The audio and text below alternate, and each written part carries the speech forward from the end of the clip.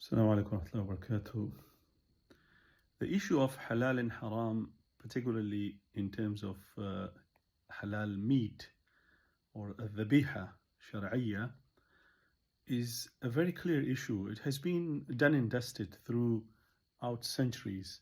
But unfortunately, we see every now and then some videos of some online shaykhs that come up and they are sitting in certain Muslim or Arab or whatever countries, and the issue of fatwa, asking people to forget about investigating the source of the meat, if it's really been slaughtered or not, but just go with the flow, i.e.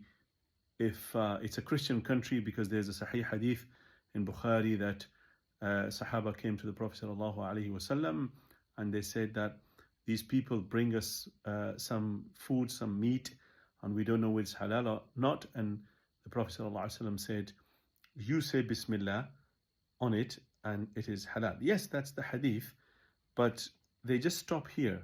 They have to go further to see the context of the hadith. That's the problem with these online sheikhs. They sometimes even they are not Sharia graduate. They are just engineer or whatever, and then they confuse people. I mean, why do they have to issue fatwa? And then they might have thousands and whatever, like millions of followers, but who cares? If you don't know the usul in the halal meat is that it is not halal unless you prove it's halal. Everything else is mubah, generally speaking, but particularly with the dhabiha, with the meat, even if a country is predominantly Christian, because that hadith that they quote says, if you go a little further in Bukhari, it says that وَكَانُوا حَدِيثِ عَهْدٍ بِالْإِسْلَامِ. These people were new Muslims. They were not Christian or non-Muslims.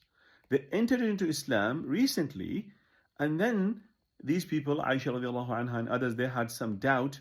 So the Prophet ﷺ wanted to remove that doubt by a very beautiful psychological type of, treatment, to say, look, you say Bismillah, and your shak, which is not based on, dalil, ihtimal nashi an ghayr dalil. It's a doubt that is not based on any evidence.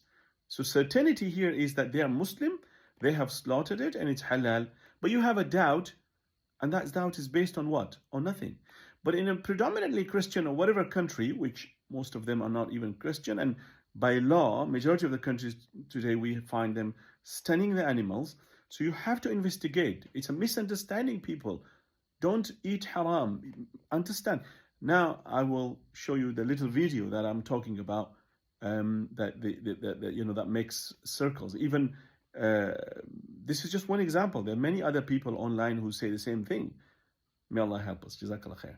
Whether it was slaughtered or not, but the country you're in is predominantly a Christian country, then you eat without asking. Why? Don't I have to investigate? Shaykh ibn Uthaymeen says no, because the Prophet did not order us ﷺ to investigate. When the companions came and said, O Prophet of Allah, there are people, whether Muslims or people of the book, that bring us food and we don't know whether they mention the name of Allah on it or not. He said, you mention the name of Allah and eat.